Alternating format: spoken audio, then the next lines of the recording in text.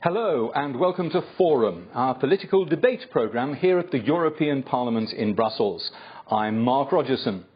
Our topic today, the continuing problems of the Eurozone. The financial markets remain jittery as the details of whether and how the rest of Europe may come to the aid of Greece are hammered out.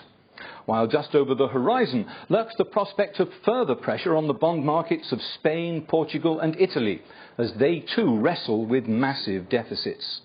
So, what sort of a deal is needed? Is this just a Greek problem, or a Eurozone problem, or a problem for the whole EU? And at times like this, where's the border between economic cooperation and political arm twisting?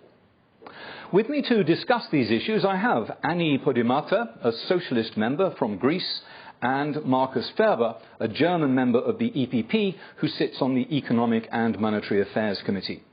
But before we hear from them, let's just remind ourselves of the scale of the problems currently facing the Eurozone. It started with Greece, but it could spread.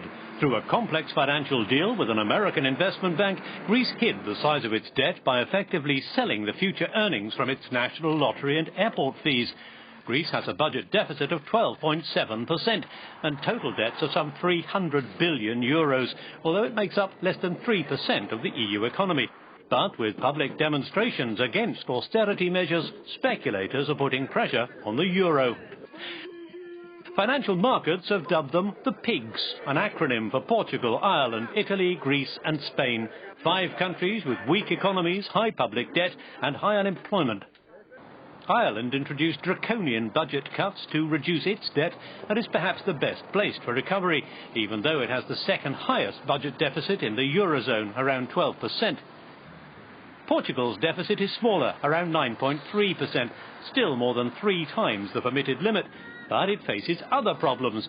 It's uncompetitive with slow growth, while opposition parties defeated austerity measures proposed by the minority government.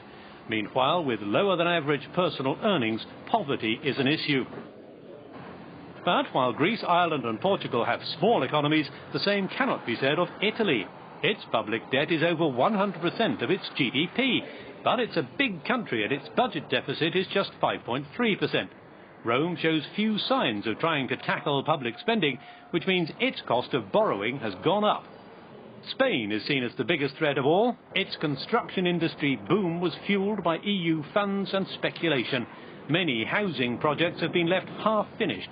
The budget deficit is over 11% and economic growth prospects are weak. 1 in 5 is without a job, while fears of public unrest have blocked economic reforms. So, is the euro at risk? Big fear from the European side is that the possible or a potential Greek default may have a contagious effect on other European countries, like, for example, Spain or Portugal or Italy. And Spain and Italy are much larger. But I do not really think that there is a very significant chance for that. Other EU countries now look certain not to let Greece default, but even that could destabilise the euro and prove unpopular in the richer countries. The single currency faces its biggest ever challenge. Can the pigs recover without causing further damage? As one commentator wrote, pigs may yet fly. Markus Ferber, I'll come to you first. Is the German government going to come to Greece's rescue and effectively underwrite their debt? No, I think that is not the question to be answered at the moment. The question to be answered at the moment is Greece able to reduce its deficit? Is Greece able to come to a normal state where the taxation is functioning, where the public sector is not overgrowing, where pension is not paid from 53 years onwards, where the military sector is not a huge as it is in Greece? There are a lot of possibilities of saving money, and that has to be done by Greece firstly. When a member of a club has a problem, their fellow members should help them out. Yeah, but what does it mean if we give them billions of euros and the problems are not solved? So in half a year we have to give billions again, and next year and next year and next year. That is not the solution of the problem. So Greece has to improve itself. That is the first step to be taken. If then there is short time help necessary, it will be delivered. That was agreed between the head of states and the finance ministers. But firstly, Greece has to show that it is able to change its life. Annie Podimata, does the Greek government have the support domestically to take the very harsh measures which will be necessary to bring things back into balance?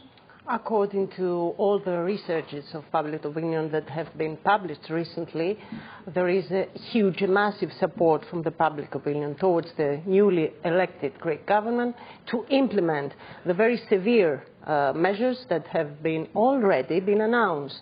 What we Greek people and the Greek government is asking from its partners is not to lend us money, is a clear sign of political support, of political solidarity, a sign of confidence so that we will be able to implement properly the very severe measures that we have already announced. They might say you need to start implementing the measures before you create the confidence. Yes, but we have already announced a program of stabilization and development which was approved by the European Commission and by the ECOFIN Council and the Eurozone. We have announced additional measures, structural reforms, so everything is on the track. So the first signs of how much we are productive, how much we really, as my colleague said before, arrive to the proper result needs some time. We are talking about a government which is 4 months in place.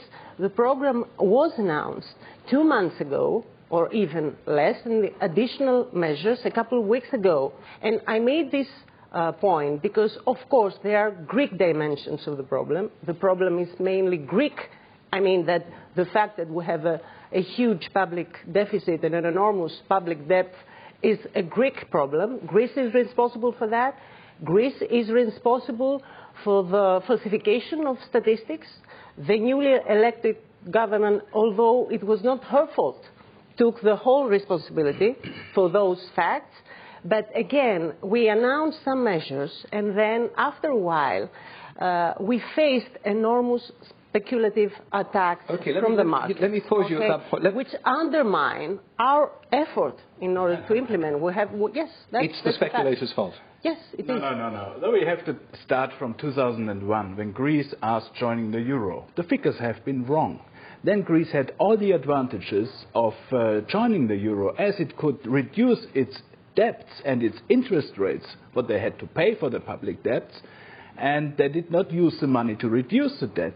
Then we had this question whether the military sector has to be included in the calculation or not, in this famous 3% issue. Then we had the question that statistically... whatever happened before 2000... problem in Greece, and now we have the problems, and it's unacceptable that the Greece Prime Minister is now saying, oh, Europe should have been stronger to us in the last years. Come on, you did from the early beginning, joining the euro, everything wrong and against the rules. And so it's your problem and only your problem. You've been breaking the rules all the way along, he says. No, I totally disagree that. First, it's not just Greece. When my colleague is referring to 2001 and at the period when we joined Europe, according to the press articles that they were published recently, Greece and other Eurozone member states used some tool, some mechanism in order not to demonstrate the real deficit. Again, I think that the first point is that this was a practice that was accepted and adopted at that period of time by the European institutions. This is one point. And the second point is that if we have to question the practices that they were used at that time, we have to question it for everybody, not just for Greece. Okay. Doesn't the disagreement between, certainly the differences between Greece on the one hand and Germany on the other hand, demonstrate that actually at the moment the Eurozone doesn't work? In a parallel universe, Greece would devalue the drachma and the problem would be solved. The Eurozone's not working. It would not be solved because all the problems Greece economy and especially the behavior of the state in Greece would be only postponed for a few years again. But it wouldn't be an issue for the other countries.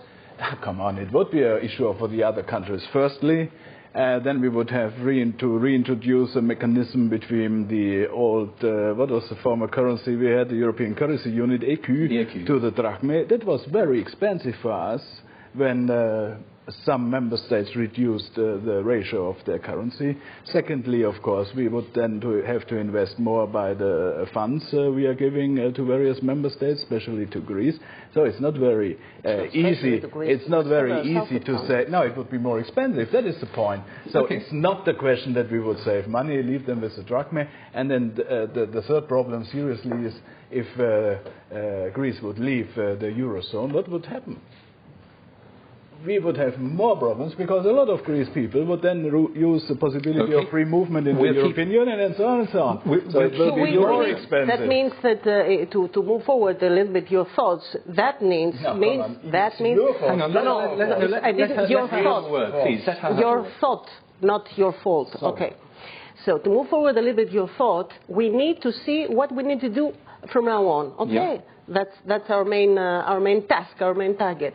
I think that what you said before, the current crisis, the current deficit crisis in Greece and several other Eurozone member states, but also signs of crisis that they were demonstrated a year and a half ago when the global financial crisis collapsed, demonstrate us that there are weaknesses, essential weaknesses from the way the Eurozone and the single currency worked during these 10 years.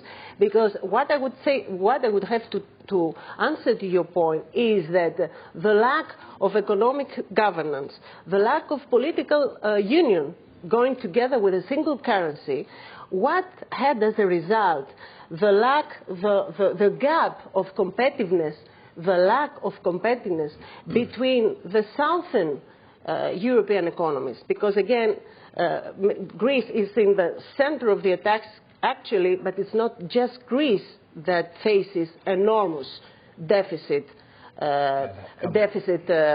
budgets currently.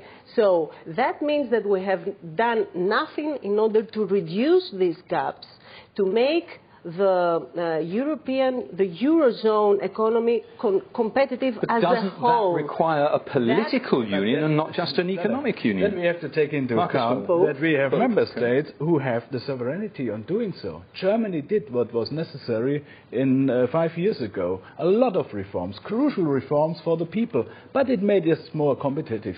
Italy failed, Spain did a little bit, but with the socialist government they reduced it again. Portugal never did that, Greece never did it. So you can't say, unfortunately we are the South and we can't live with that. Unfortunately. You have to do a lot of things by yourself. We never denied that. We increased the age of coming to pension to 67. We never denied you are still in 53, France is still in 50, Italy is in 55, Spain is in 55. You have to think What signal do you think?